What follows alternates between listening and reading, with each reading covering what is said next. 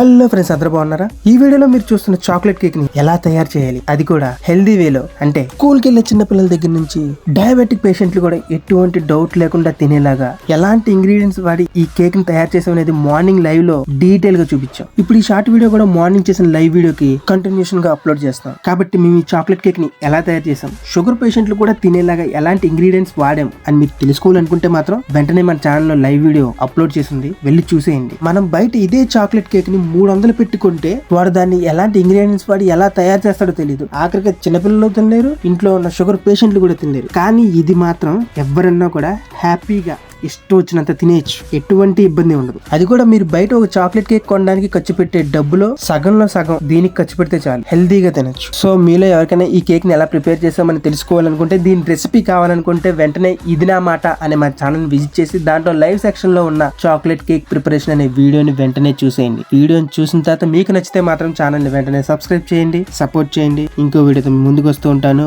Bye bye now.